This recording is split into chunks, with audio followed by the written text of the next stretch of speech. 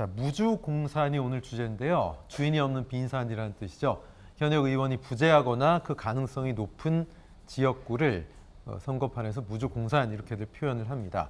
자, 경인 지역 내 어떤 선거구가 무주공산이 될 가능성이 큰지 좀 지켜보겠습니다. 먼저 경기 지역인데요. 우선 지역구 의원이 부재한 지역이 있습니다. 용인갑 지역입니다.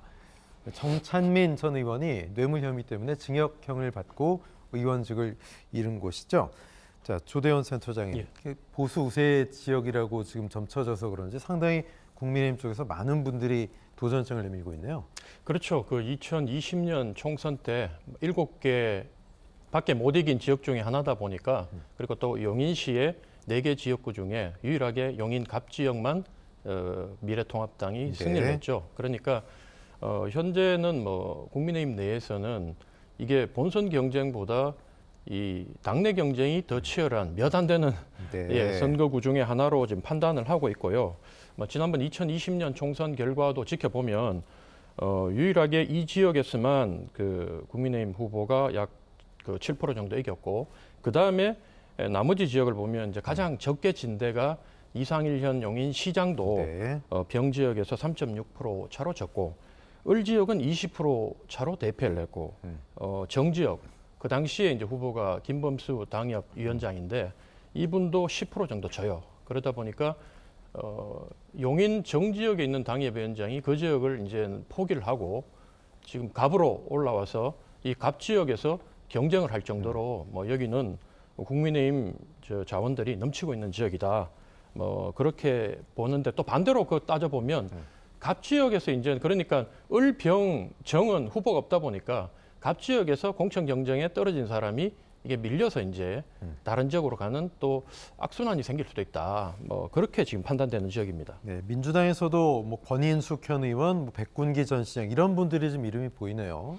예, 그래서 민주당도 의외로 이 지역을 좀 포기할 것 같은데 뭐 좀 이따 좀 설명을 다시 드리겠지만 이 지역도 지금 여러 가지 지형이 많이 바뀌다 보니까 권인숙 국회의원 같이 중량감 있는 의원이 지금 도전을 이미 밝히고 있고 그다음에 전직 시장이었던 백군기 뭐 이런 분들도 나서다 보니까 현재 거론되는 국민의힘 갑 지역에 있는 후보들이 숫자는 많지만 과연 이 지역에서 인물 경쟁을 하면 이길 수 있느냐 이런 부분에 대해서 판단을 하고 있고 그래서 이 지역도 나중에 이제 국민의힘에서 전략 공천 대상 지역으로 분류될 수도 있다 이렇게 판단하고 있습니다. 네, 여러 인사들이 도전장을 내밀고 있기 때문에 서로 이제 홍보와 치적 알리기, 내가 이런 걸 했다 이런 것들이 많이 있습니다. 현 이상일 용인시장이 좀 곤란해하고 있다 이런 말까지 나오고 있더라고요. 예, 맞습니다. 이상일 시장이 용인시에서 상당히 인기가 좀 있는 것 같아요. 그 지금 아까 조대현 센터장님 말씀하신 것처럼 용인갑에서 국민의힘 쪽에서 상당히 많은 그 후보자들이 지금 그 치열한 경쟁을 하고 있습니다.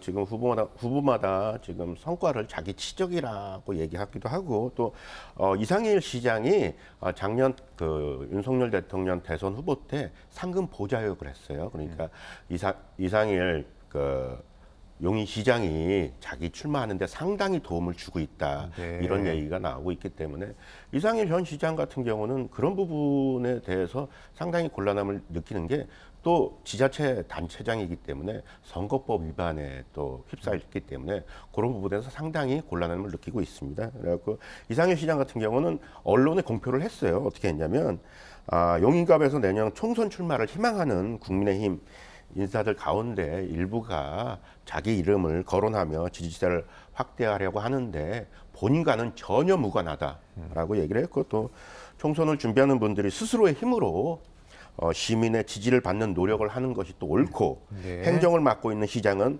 시의 일에 집중하는 것이 옳다라며 이 같은 입장을 좀 밝혀왔고 용인갑 유권자들의 정확한 판단을 돕기 위한 뜻이 있다라고 공표를 했습니다. 네, 속된 말로 내 이름을 팔지 말아라. 그렇습니다. 네.